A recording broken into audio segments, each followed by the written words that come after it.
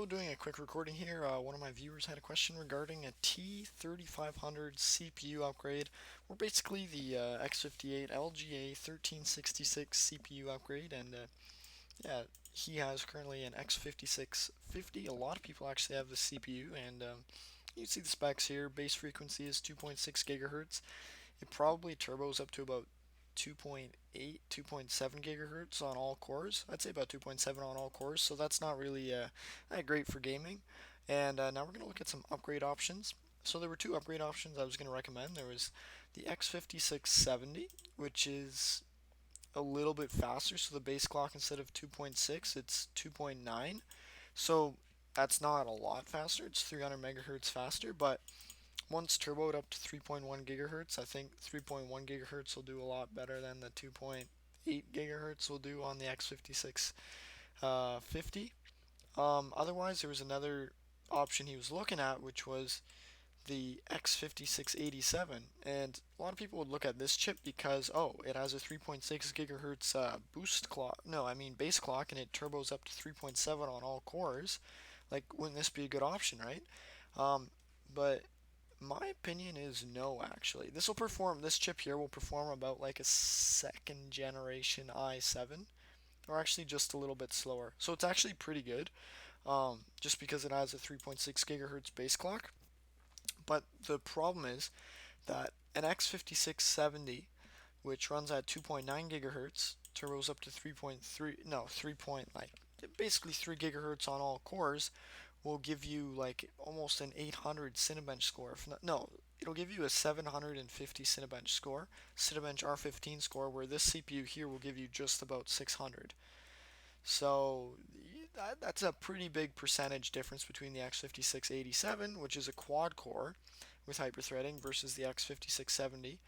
Um, and yeah, looking for price upgrades, like the X5670 is about 17 or 18. Okay, so it's about 20 bucks with shipping US.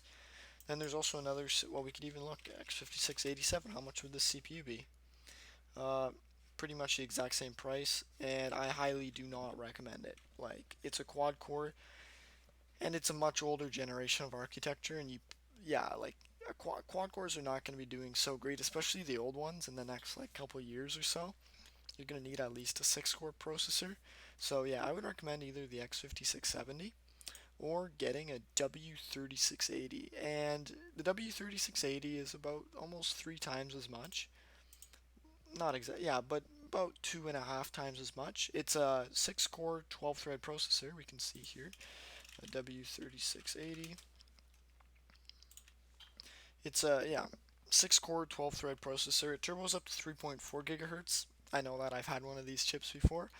But the best thing with this chip is that you can actually manually overclock it on on just a normal motherboard using something called Intel Extreme Tuning Utility. So I was able to get mine up to, if you're doing full rendering and you're using 100% CPU usage, you can get it to about 3.8 gigahertz stable across all the cores, is what I experienced. Otherwise, if you have like, yeah, if you're just gaming, you can set the turbo to about 4 gigahertz across all cores, and it'll hold that, which is good. Because even in a game like CSGO I tested, like, you can get about 40 extra frames per second just from going from 3.4 gigahertz all the way to 4 gigahertz turboed.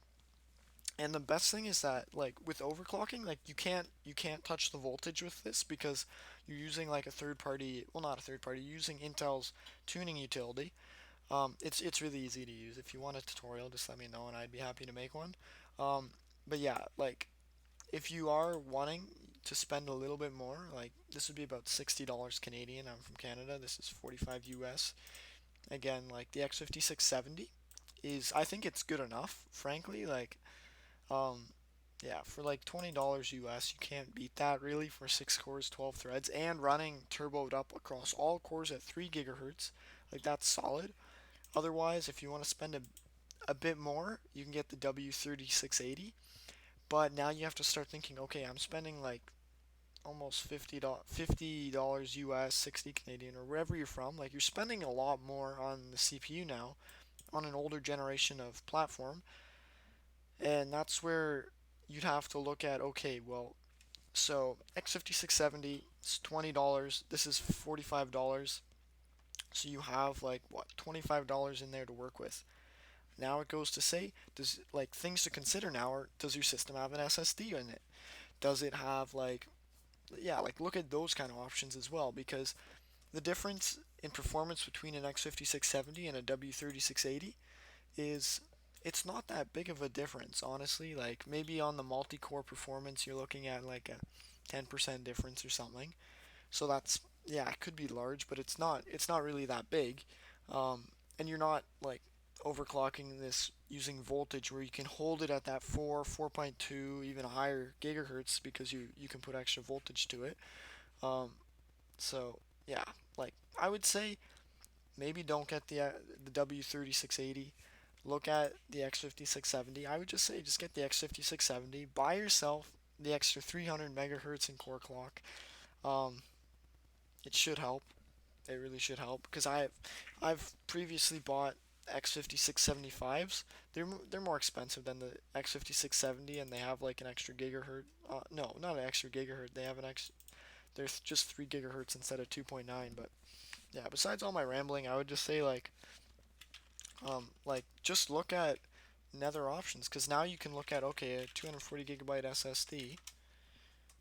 Like, yeah, you could pick up. I like the King Dane drives. I think they're great. I I buy mine on Amazon. Like if I buy these, just buy it on Amazon. But it's like, yeah, how much is this in US? $30 US, and you've got yourself a 240 gigabyte SSD. And I've had experience with these drives. They're good. Like they're good enough, frankly. Um, yeah, like you get yourself like an SSD. Like the price difference here is pretty much an SSD almost. So 20. So yeah, you're looking at $25 difference. Give yourself an extra $5 to work with US, and you can get yourself a nice solid state drive if you don't have one already. But anyways, this video was just supposed to be about uh, kind of different upgrade options. Some people do look at this X5687, which is a quad core chip. Honestly, don't don't don't buy that extra little bit of clock speed, because like having 6 cores will make such a big difference. It's kind of like, okay, a lot of people like i5s for gaming, especially the old like 4th gen i5s or whatever, but it's kind of like I'd much rather have a second generation i7 with the hyperthreading than a 4th gen i5, just because hyperthreading is a huge add-on bonus. And it's kind of like the same analogy here. It's kind of like, okay, yeah, this CPU has 4 cores, 8 threads. That's hyperthreading, but for like the same price, you can get 6 cores, 12 threads, and that the 6 cores will take you a lot further. Anyways, I'm gonna wrap the video up there. Um, yeah, you can buy, if you're wondering who to buy from on Aliexpress. Honestly, just look like, okay, this has 369 orders. That's probably fine. Like I've bought a lot of stuff on Aliexpress. I've always had a relatively good experience. Um, yeah, like you even buy this chip here. Mine are still coming in. I ordered a bunch of these. Um, but yeah, and yes, I do buy a lot of stuff on AliExpress because I put together and build systems, and that's why on my YouTube channel I can have a lot of different equipment tested. Like, oh, I can test a GTX 1070, I can test 1060s. I even have a couple 1080s right now, but I don't really want to test them because you don't need them with these kind of processors. But yeah, anyways, I'm gonna cut the video there, and yeah, $20, get yourself an X5670. That's my recommendation. And honestly, you don't need to buy a W3680. Instead, if you want to spend a bit more money and you don't have an SSD drive in your system, buy an SSD drive. Like do not run your system without an SSD drive. I've done that for like 5 years and it's stupid. It's really dumb. Like buy an SSD drive and get yourself the X5670. It's a perfect budget chip. It runs fast enough on single core performance, and it has those 6 cores and 12 threads.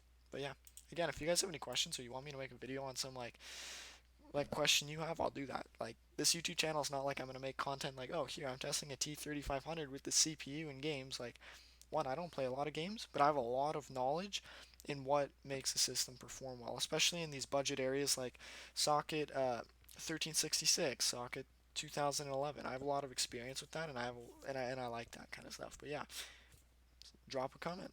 Maybe I can make a video for you. Anyways, take care.